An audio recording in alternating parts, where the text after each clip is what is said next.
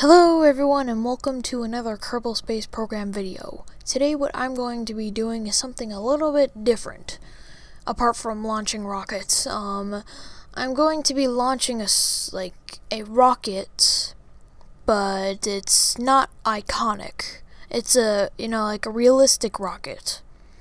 Not really realistic. I kind of took some creative liberty, and as you can see in the thumbnail, it doesn't look that familiar, apart from if you're Chinese, because this is the first ever Chinese rocket that made it into Earth orbit.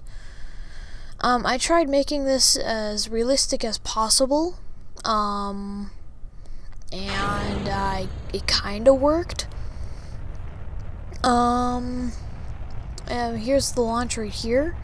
And just launching. I didn't really go for full thrust because I didn't want it to fly off and turn into a huge plasma ball.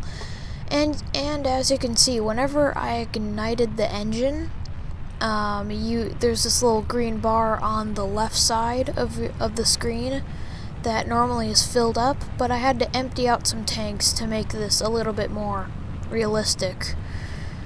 We're about to deplete the first stage. We're already breaking the sound barrier almost instantaneously. About to run out of fuel.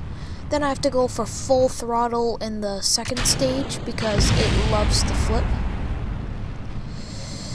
Okay, I think this actually did one flip, and then, yep, here it is. It did one flip, and then we're stabilized again. Okay. I had to use RCS to kind of guide it the correct way. Now, this is a little bit of a janky launch because it took me 7 tries to get this thing into orbit. A lot of them worked. It's just that it didn't really look that realistic. So I just kind of went with this one, and I was going to put some solar panels on the probe, even though the Chinese probe didn't have any solar panels, until I realized, oh yeah, I can just use some cheats. Then I turned on infinite electricity. Just to let you know, I'm not cheating. I mean, it kinda is technically cheating, but I'm not using infinite propellant. In fact, I don't want any infinite propellant. Just because. You know, I just want it to be really realistic. Now we're above the Kármán line, the Kármán line, and I did not set up any maneuver, as you could see. And it's because I wanted to make this really realistic. Oh, and there's me deploying the antenna that is on the craft. I think those are just automatically deployed, but oh yeah, we're talking about orbit. Yeah, I didn't set up any maneuver. I kind of just aimed just prograde, sort of. I was like, oh, I'm gonna set up a maneuver, and they're like, no, I'm just gonna warp really close to the apogee.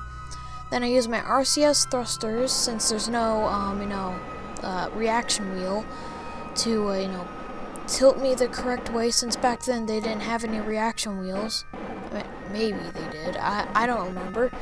But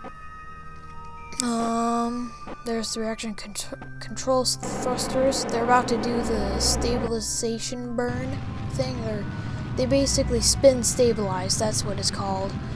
And then it stabilizes the rocket, and it gets me into a pretty good orbit, considering that it's the 1950s. I kind of just went lazily. I did that very lazily. Oh, there's the last stage, about to boost me above 100 kilometers above the surface, 30 kilometers above the atmosphere. There's the probe in its full glory. Okay, I forgot what I was gonna say, but it was a pretty good orbit, decent orbit, considering it's the 1950s. Okay, got that out of the way.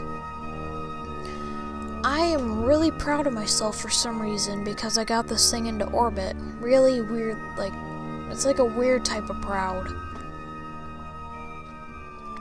Okay, this right here, I basically just speed things up so I can, get that canister of fuel away, but now I want to talk to you about something different. that's not related to this subject at all.